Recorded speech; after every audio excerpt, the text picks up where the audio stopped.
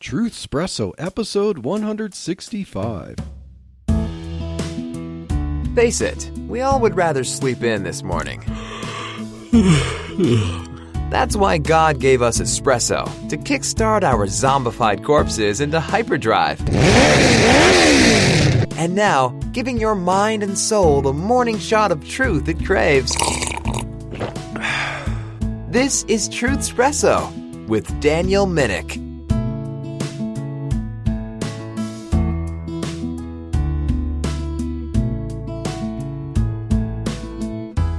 Hey there, friends. Welcome to another episode of Truth Espresso. Well, I say another because I'm assuming you've listened to other episodes, but hey, if you're just lurking and checking in the first time here, welcome. And there are plenty of other episodes before this one for you to check out. But thank you for stopping by because this episode should be a little bit fun. My wife and I, Chelsea, and co-host, are going to talk a little bit about the differences, kind of on average, between men and women, and how those differences carry over to communication, especially between a husband and wife. And so helping to understand what makes you, you, and what makes him or her, can help to resolve conflicts and make your marriage happy. And so here to talk about this is my sweet, beautiful wife and co-host, Chelsea. So thank you, sweetheart, for doing this with me again. Thank you, babe. And so we'll see how, if we can do this, well, we'll talk about differences and possibly how they manifest themselves in us.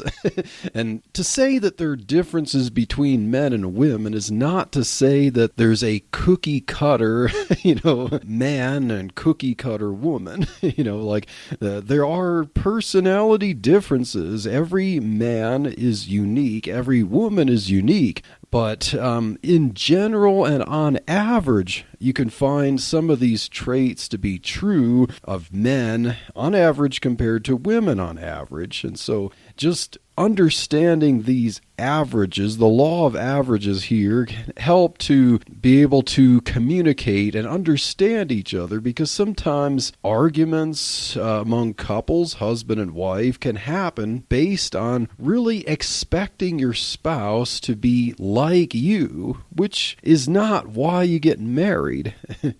And we went to a marriage retreat a week ago, and they talked about, the couple there talked about the fact that you didn't marry yourself. You married someone else, and you, being a man, married a woman, or vice versa, knowing that you're marrying the other gender that has their differences, and that's how you arrive at a happy marriage, realizing those differences and accommodating them. So, sweetheart, ready to talk about some differences between men and women and maybe laugh a little bit about them too? Yeah, sure. Do you have anything to start with there, sweetheart? Yeah, I was just thinking kind of our discussion about this was coming from the Bible verse in Genesis 1:27, where God is talking about how he created men and women. He created the male and female, and he created two different human beings at that point, and he made them different on purpose. And just trying to, I think, kind of how you said, we don't want to let our differences cause divisions in our marriage, but instead look at our differences with respect and actually embrace them, because those differences a lot of times complement each other and help each other in ways that we could maybe not feel comfortable with, or help heal different areas and stuff. Yeah, I just think that this will be a fun, hopefully more lighthearted discussion. Yeah, and I know that we have a lot of things in common. We're both, we both consider ourselves introverts. We have that in common. We're also, if you take the personality type, so, I'm INTJ and you're ISFJ. So what we have in common is the I and the J. We're both introvert, and we both want closure in things, or things like that. So we have things in common, and then as men and women, we will have our differences. And so, yeah, definitely understanding what makes, her tick, what makes him tick, and not expecting them to come over to your side, but to, kind of meet in the middle as you both understand, you both strive to communicate and accommodate. And as you said, sweetheart, the differences don't have to be division.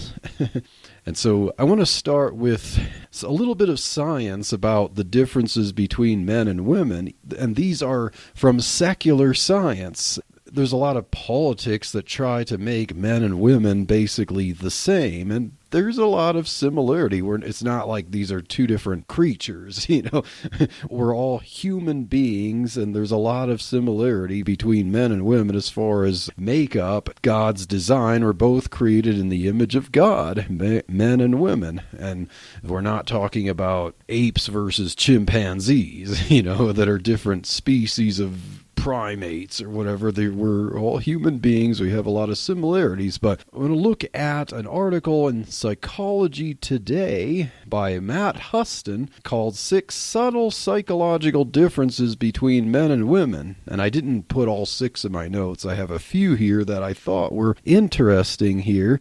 One of them is that in general, women are better at detecting expressions of disgust. On average, women seem to be more emotional. Now, there are emotional men and there are some women who aren't, but on average, or women are generally more emotionally driven than men. Emotions determine what they do more so than with men. Everyone has emotions, but men will try to suppress them more, or women will act on them more or determine their relationships and actions based on emotions. But women are better at detecting expressions of disgust, so women do more facial expressions and they look more into facial expressions for communication than men do. And one of those is detecting a facial expression that shows negativity or something. Would you say that's true, sweetheart? Like, does that resonate with you at all? Well, I don't know. I'm kind of caught up on the whole thing that you just said. Women are emotional. Okay. Would that be kind of true? Oh, just teasing. Yeah. Yes. I think that, God made women to be more emotional, and that's how he designed us, and that's not a negative thing, and not something to cause division in your marriage, where you see, some couples will, if they're having a discussion or just, trying to communicate, and the wife may become emotional and the husband gets irritated at the wife for being emotional. Well, I mean, that's how women are made up. We're just emotional, and sometimes we just have to let that emotion out. And so I think that it's helpful for men to understand that that's just how God made us. We are more emotional, and that's a good thing. However, we do need to have some sort of control, or I don't know if boundaries would be the right word or not, but just have a sense of when it's appropriate to have emotion, when it's not, when you need to hold back on the emotion. You don't want it to build up and be... Or like to control what you do, so... Yeah. Well, I was trying to think, I think the word is hysteria, where some women almost get so hyped up in the emotion that it becomes a hysteria, but having that ability to try and keep it toned down. Yeah, and kind of to even add to it is the issue of pregnancy hormones and postpartum depression and stuff, where it's like, okay, you take someone who could be generally emotional and amplify that, it's like, I feel to feel for that. But as a man, I'd say a lot of men could take a lesson from some of that, because it, as you mentioned, sweetheart, healing, because, sometimes men might think expressing certain emotions in public, or even with their loved ones, or, they could afford to do more because they could heal. And some men might not realize that later down the road, if they pent up unresolved, issues where they haven't healed themselves by actually letting it out, they could find that they might face depression later and not realize where it's coming from and stuff. And so being able to heal requires expressing emotions, so don't be afraid to express them. And I'm saying that as an INTJ who sometimes is afraid that I'm like a human computer or something. Aww. Yeah. But I think that it's kind of a neat thing how men tend to be more logical and women tend to be more emotional. But instead of having that cause division where you're like, you never show any feeling to your husband, or the husband's like, you're so emotional, and but actually being like, okay, wait, this is how God made us. Let's help each other with that, because when I'm like, whoa, I am being really emotional about this decision, I need your logic, please. And then you can kind of step in and you're like, I think I need to have a little more empathy here. Like, how can I show that? And then I can help you on that side of it. So I think it's just neat how those differences, instead of having it be this contrast or negative thing, that it actually complements each other. Yeah, definitely, sweetheart. And I don't realize sometimes where I think I'm like indifferent, apathetic, or cold or something to something, and it's not my intention to be that way. I just don't think about it and stuff until, you might bring something up because you're emotionally thinking about someone's needs, and then as you express it, then I think, oh, yeah, I just totally forgot, because it's like I myself will struggle with just navigating through life and what I need to get done and not think about the needs of people around me. And yeah, as you said, we complement each other that way. Another psychological difference on average between men and women, as men reported more loneliness earlier in life, but women reported more of it later in life.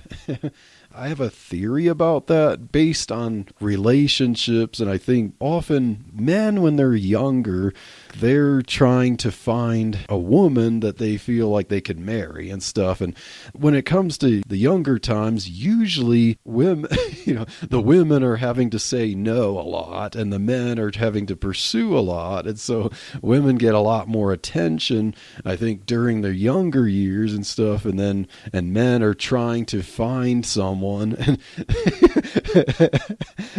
But then also, I think it has to do with the fact that during younger years, you have younger children, and naturally, women are more nurturing with younger children and stuff. And then as children grow up and go out of the home, women might feel like more lonely, and whereas men are often like, they relate more to peers and stuff. But yeah, that's my theory on that point. But yeah, I could see that.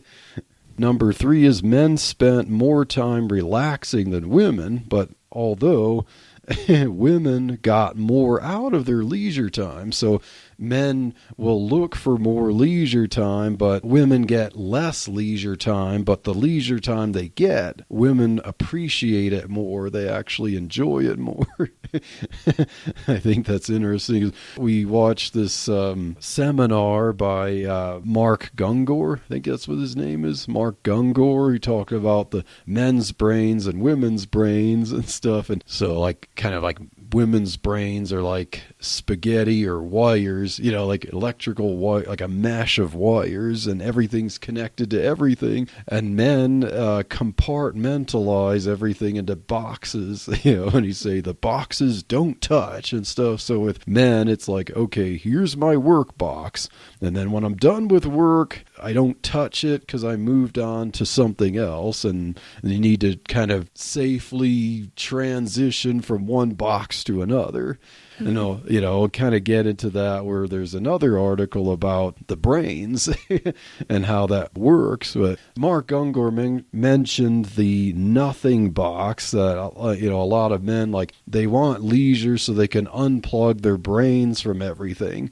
The example of sitting down and fishing or something, like we're like just acting like staring blankly while just tossing in and fishing and not thinking of anything and stuff. So I think with that, a lot of men, when they seek and find leisure time, then it might seem to go by fast if their brains are not actively getting stuff done. Whereas women, like, okay, they've worked hard, they've done multitasking a lot, and then when they finally get leisure time, even less of it though, they're they make the most of it.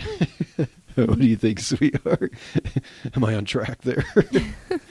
Yeah, I think that sounds good. And I was just thinking with the box description there that I remember when we watched that made so much more sense to me, because sometimes I would get worried if you were quiet and I'd be like, what are you thinking about? And you're like, nothing. Am I supposed to be thinking about something? Or like, am I worried about something? Like, I'm just thinking, like not thinking about anything important, but just thinking about something. Yeah. So that just kind of helped me understand that, okay, guys just need that space sometimes to not have to think about anything. And that is the way that their body, their brain, their being can recharge. And so, like, as a woman, that helps me understand that I don't need to keep pestering you and I shouldn't pester you about, like, okay, what's going on? What are you thinking about? Are you worried? Are you upset? But just respecting that, okay, that's what he needs and that's what's going on. And so I really liked that insight, just understanding how a man works differently. Do you have any psychological differences, babe? So the one I wrote down from the article you were looking at was about how men tend to speak more abstract, like a big picture, and women tend to speak with more details. Yeah, this one's kind of funny because, the typical example is the question, how was your day? And then you would respond, fine, good, one word explanation. And then how would I typically respond if you asked me? So then if I asked, how was your day? And then you might be like, well, I had to, the kids were cranky getting up, really cranky. And then the girls spilled milk. And then I had to, while I was trying to clean that up, then they ran over and got into something else and spilled that. And then I'm trying to help the boys at their school. And then, okay, it's lunchtime and I'm trying to get them lunch. And, the girls are hanging off of me and stuff. And then I didn't get them to nap until it's like 2 p.m. And then my parents called. And then while I'm trying to talk to them, then the youngest one only got a half hour of a nap. And so I had to get her up. And then, so from a guy's perspective, okay, does that mean it was good or bad? It doesn't sound good, but, was it fine? Because then from a guy's perspective, the word how is a nominal answer. You like on a scale of 1 to 10 or rate it from, worst, bad, okay, fine, good, better, best. But yeah, to a woman's perspective, none of those words make sense. They only make sense in light of the description of what happened, because what defines how. Yeah, it's funny just thinking about that part of it and looking back at some of our texts.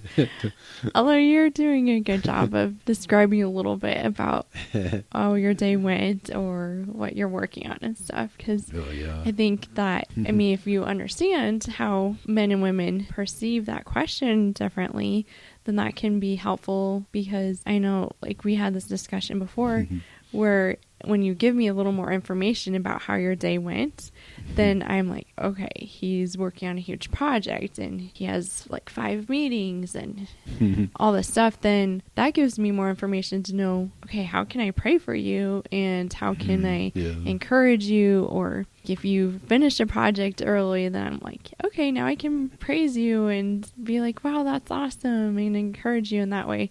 So I think for men to understand that women need a little bit more information, then that kind of helps women know how to encourage and support their husbands.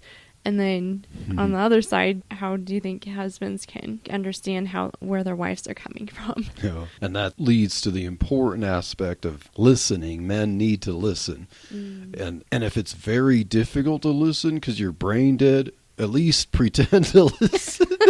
Oh, no. Or at least, try to listen. If somehow your mind wandered, snap out of it, ask her to repeat something because she might be perfectly willing to do that. But like, make your best effort to listen because it's very important. Like, women need to talk. They need to talk about what happened. And if you find yourself kind of butting heads, it's because you haven't listened to enough. Because what helps a woman heal most often is being able to tell what happened. Even in the marriage seminar that we went to a week ago, like the husband and wife were going on a date, and so he's driving on the date, and he's just thinking, hey, we get to chat a little and enjoy it. But as they're starting to drive toward their dinner destination, his wife was talking about all the stuff that happened during her day, and it was like she's pouring her heart out about all this negativity. And then so he's kind of like having the Lucy Linus effect, from the Peanuts, where Lucy's like shouting at Linus and his eyes are wide and his hair is standing up, like that's, and he's thinking, uh-oh, is our date kind of ruined because she's not in a good mood, so he's kind of like, what are we doing here? Ruining the date here is ruining the mood. But then, after she unloads about her day, then she's like, thank you for listening. I feel so much better to getting that off of my shoulders. And then they could enjoy their date. And so, that men understand that women talking about their day, which it's very important for you to listen. She talks about her day, and even if you're hearing a lot of things that are negative, this is part of her communication, her need, and even healing from the stress. And so knowing that you're listening to it and that you care can help her get in a better mood, and that's part of communication there. The differences between men and women on average there. You had an example, sweetheart, of us on a date too? Yes. Well, I was thinking that you did a great job of listening to me recently when we were able to go on a date. And before we went, we were trying to figure out, okay, what kind of food were we interested in? Where were we going to go? And then pretty soon I was just kind of unloading on you, just talking about just stressful things going on, and you were very sweet and listened and just reassured me about things. And I don't know, you were really sweet. And then I was like, okay, that feels better. And then we were able to go and enjoy a nice date together. So that was just a very recent example, and you did an excellent job. Made me, and I think that women tend to want to trust their husbands for safety and security, and when they're able to communicate that burden of what has happened that day or just negative situations that have come up, then it's kind of like that testing, I guess, of, okay, I just need to share this with you. And then when you respond with gentleness, reassurance, and love, then that just helps us feel secure. Like, okay, we're in our safe place. Like, this is my husband. He loves me.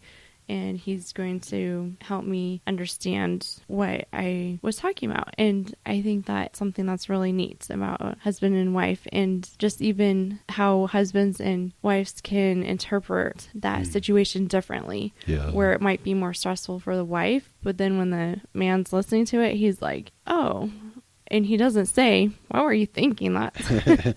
Yeah. Doesn't mean this. I mean, he's like able to logically process it differently. And so it doesn't affect our husbands typically as it does us. And so communicating that with him isn't going to be the same type of burden or heaviness that we have felt potentially. Exactly, sweetheart. And so men, listening and patience will pay off in your relationship and your communication as you understand this important difference between men and women. Don't we have a Bible verse for that? Oh, okay. So 1 Peter 3:7, it says, "Likewise, ye husbands, dwell with them, the wives, according to knowledge, giving honor unto the wife, as unto the weaker vessel, and as being heirs together of the grace of life, that your prayers not be hindered." So I think just having that attitude or just that care for your wife of listening and reassuring and loving your wife, that just is a way of showing honor.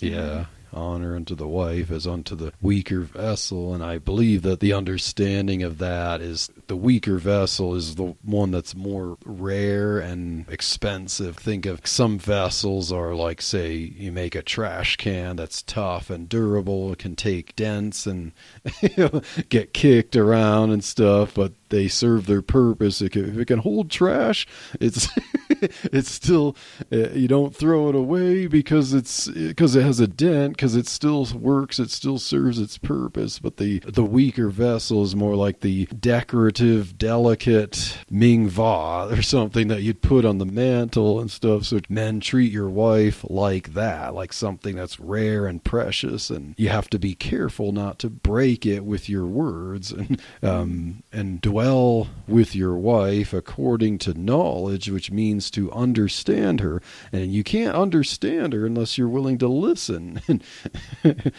and understand the emotional need, the need to communicate. I speak to parents all the time who come up to me and they see what's happening, but they don't know what to do. And I just want to stand up and say, you can do this. Here is a solution. This is Yvette Hampton, host of the Schoolhouse Rocked podcast. Join us each week for a new episode as we offer encouragement and resources on biblical discipleship from popular speakers and authors, as well as parents just like you and me. Find out more at schoolhouserocked.com or listen anywhere you find your favorite podcast. So I want to get into next an article by Bruce Goldman entitled "Two Minds: The Cognitive Differences Between Men and Women." This is from Stanford Medicine. So it actually shows that there's slight differences between the general makeup of the brain between men and women that can account for why they will process and think differently about things. So from this article, it says, like from the study here, quote, "The female's brains consistently showed more strongly coordinated activity between hemispheres, while the male's brain activity was more tightly coordinated within the local brain region," unquote.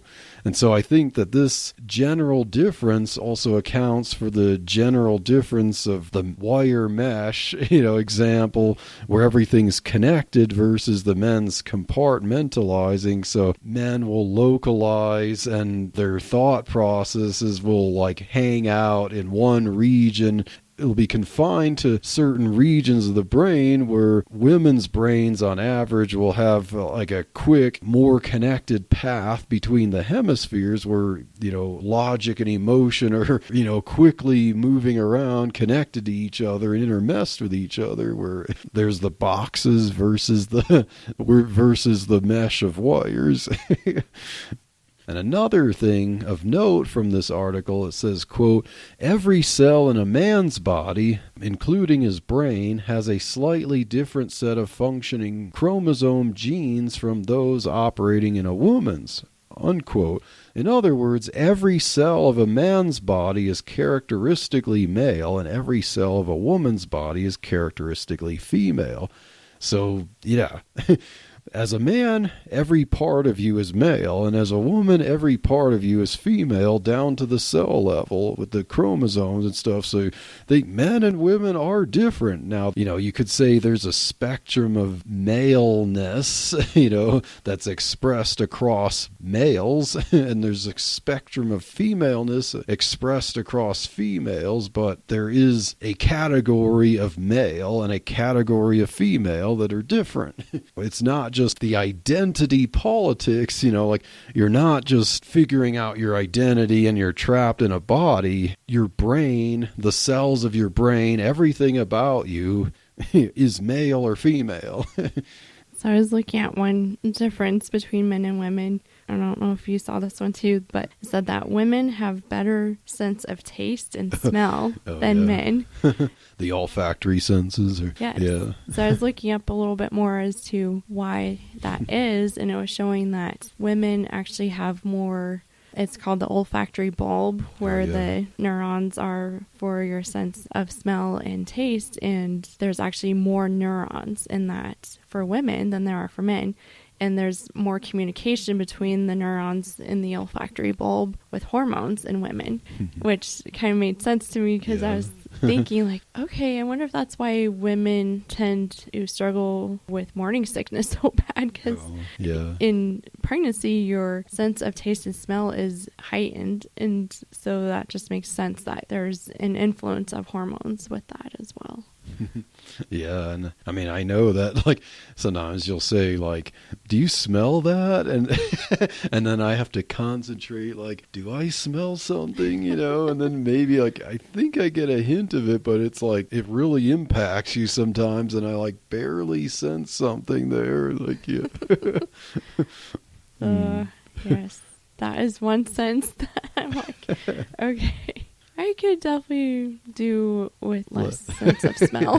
But it's important, if something were burning in the house or whatever, you'd be the first one to know, and that could help if there's an emergency there. But, if the smoke detectors weren't working correctly, So now I want to get to communication and how communication is impacted with the differences between men and women. And to that, I want to look at an article from a Frank Brennan for allprodad.com entitled Scientific Ways Men and Women Promote Miscommunication in Marriage. This one is pretty cool. He says, quote, "Women talk to seek intimacy while men talk to find solutions. For many women, talking does not require finding solutions. The solution is the actual conversation," unquote. And yeah, I know this is probably can be very difficult for men to understand, because normally men talk, they use words to arrive at a point. The purpose of talking is to arrive at a solution, either to argue with someone to make their point stand or to solve a problem. Whatever the case, that's probably why men might use fewer words on average than women, because they say words for the purpose of, I gotta get to the point, I gotta solve the problem, and that's it. That's the purpose of the words, But then women, their words are their purpose, so that's why, men, you got to listen to your wives, even if it sounds like the way she's talking about her day, like Armageddon just happened, that doesn't mean that after she's done talking about things, she's not going to be all right, because it's like, hey, getting all that out, helps her heal and relieve, and you got to listen to that, and that's the purpose of talking about it. And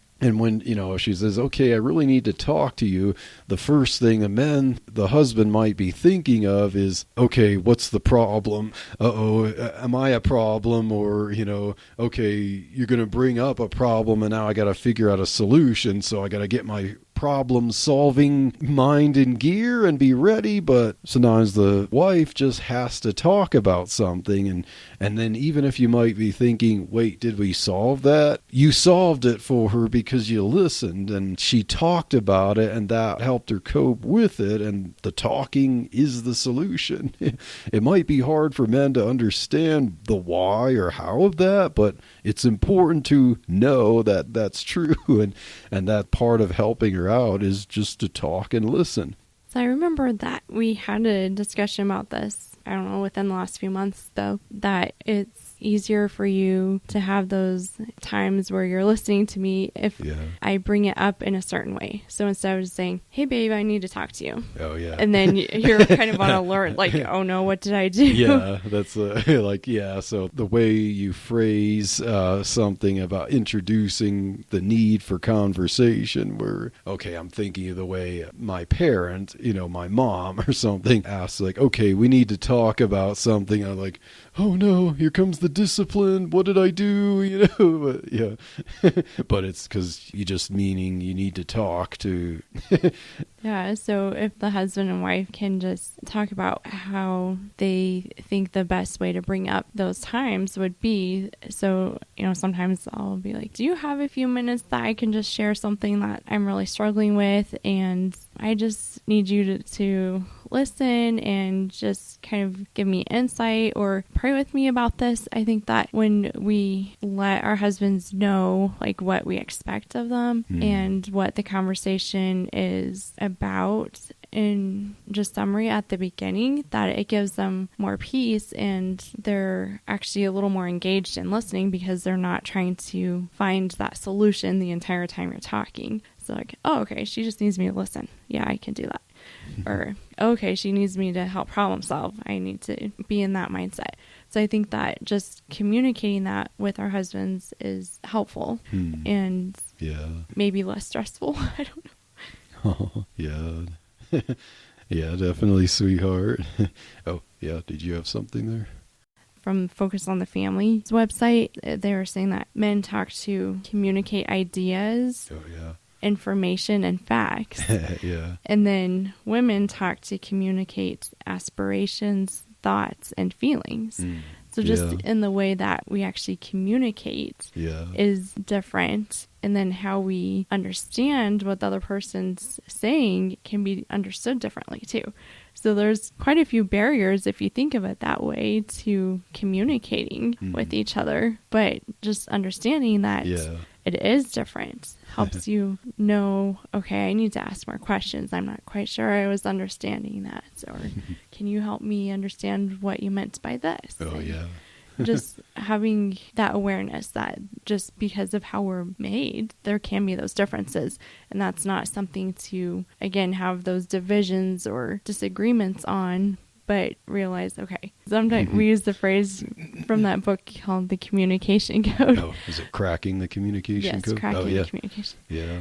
And sometimes I'm like, all right, you're speaking blue and I'm hearing pink. Yeah.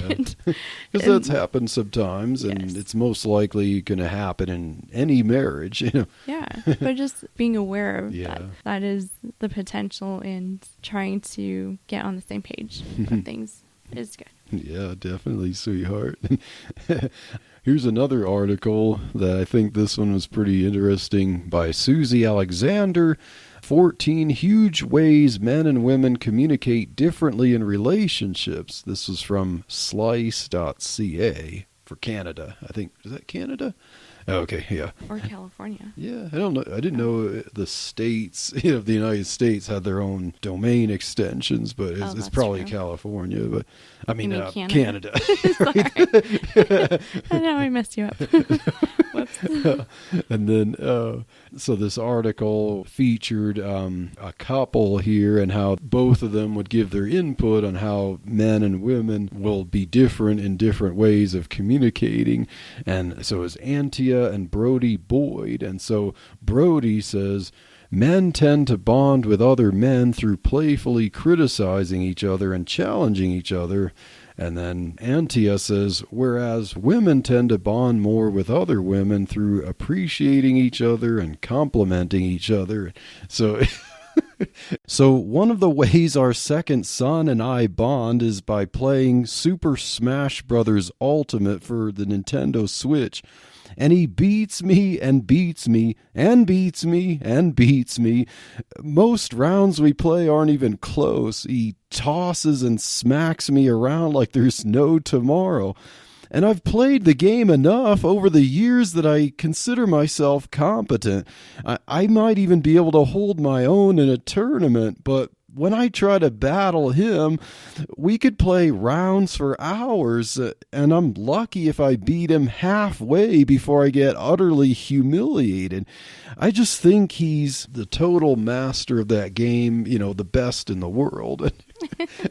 Like, I just can't even conceive of how anyone could be better at that game than he is and stuff. But, he beats me over and over again, and it's not like barely beating me. It's like a total smackdown, like the most humiliating experience in the you could possibly get in that game. But often he asks me, do you want to play Smash Brothers? And I know that I'm in for a beating, but I'll say sure, and and I'll play and I'll verbalize why things don't even make sense in my mind as to how I just can't pull off an attack and how I'm just getting tossed around like a rag doll. But, we bond that way, and I really enjoy playing it over and over again, with him, knowing that it's utterly humiliating for me. Well, I think that part's funny because frequently we have your brother over. Oh, yeah. And then it's you and your brother and sometimes both of the boys. Oh, yeah. So we could have anywhere from 2 to 4 free-for-all fighting match there. And our little guy will just beat all 3 of you up. Yeah. But so that part's kind of funny. But the intense part is how into it you all guys get. And it's very intense. So me and the girls tend to go somewhere else where it's a little more calm. But to you guys, like, that's fun. And you're like, take that. Or I don't know. I'm just like, oh, that's too much. It sounds like a battle zone. Yeah. Yeah. Testosterone fills the room. The air is just polluted with it. It's so thick you can cut it with a knife. And I may find myself ranting about why nothing I do seems to work against him. And it can sound pretty intense, but amid all the heat, it's all good. But all our kids bond in different ways. And our younger son there, it's like if he wants to bond with me, it's like he wants to beat me up in a game. But if our girls want to bond with me, they're like, you want to play dolls with me? You want to have a tea party? And everything's so cute and sweet and there's no animosity there and stuff. But yeah, I enjoy both of those experiences as a dad. It that our one girl was having you play earlier? She's like stuck somewhere. Oh, there was a bad guy in her castle, and you were the policeman and had to come rescue her. Or get the bad guy out of the castle. Yeah. It's so cute. I love how you play with the kids. Yes. So even at a young age, you can see the difference between boys and girls. Yeah. And that's how God made us. And for the postmodernists out there, we never sat the girls down and said, this is how you must play. It just came naturally then. We didn't say, you must like pink, or here, let's buy you dollies and get you started to make sure you're girls. They naturally like the dolls. They see a doll on a catalog and they get all excited. They want that. They're clearly girls, and they like princesses and unicorns and dresses and the colors pink and purple, and neither you nor I nor anyone I know impose these natural inclinations on them. Now, growing up myself as a boy with girls in school, I would play house and dolls with them sometimes, but the way I would play dolls with them would be more boy-like, and then we had a younger cousin girl, and she had Barbies, and so I'd play with the Barbies, but then I'd want to make them do, like, martial arts moves or something. You still do that. Oh, yeah, yeah. When you play with the girls, Yeah. I look over and it's like, The Legos, yeah. okay, the Princess Lego is doing Kung Fu over there. Yeah, like somehow when we get the Legos out, I want to get the Elsa and the Belle Lego figures, and then you could stick things in their hands and they hold them. So, I might have them holding teapots, but then they're sword fighting with them. Or the one's like flipping over the other one's head and stuff to attack. Or they're jumping and dodging and blocking and parrying. Or the farmer Lego guy is swinging his pitchfork at the goat and the goat is trying to headbutt him. And I'm having fun with that, but the girls don't quite know what to make of it. But that's not what the girls are going to do with them. They're trying to set up a tea party with them. Or we've seen too, like where the girls will take the boys' cars or something and make families out of them. And lay them to bed. Yep. If lots of toys will be put... I can come home from work and then see several dolls or toys with a blanket and pillow and stuff. They're set down for bed. Oh my goodness. It's fun. Yeah, definitely. And understanding the difference between men and women and communicating properly. I have Amos 3:3 where it says, "Can two walk together except they be agreed?" Now, agree doesn't mean that you have to believe the same things, be agreed on solutions of everything, but it means that you need to be able to seek to communicate. If you're clashing with each other, you can't walk together very well. So men, understanding your wife, women, understanding your husband. Get to know each other, understand your differences, complement each other, don't conflict with each other, learn to give what you need to give, listen, communicate, understand. Your marriage will be all the better for it. And so recognize the differences, and the differences do not have to be divisions. And so with that, we hope that this was an enlightening, fun, and encouraging episode of Truthspresso. And so stay tuned for the next episode of Truthspresso, and God bless.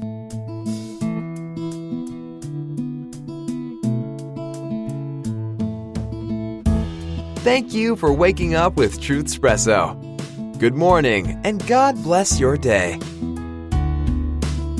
Hey friends, Daniel Minnick here again.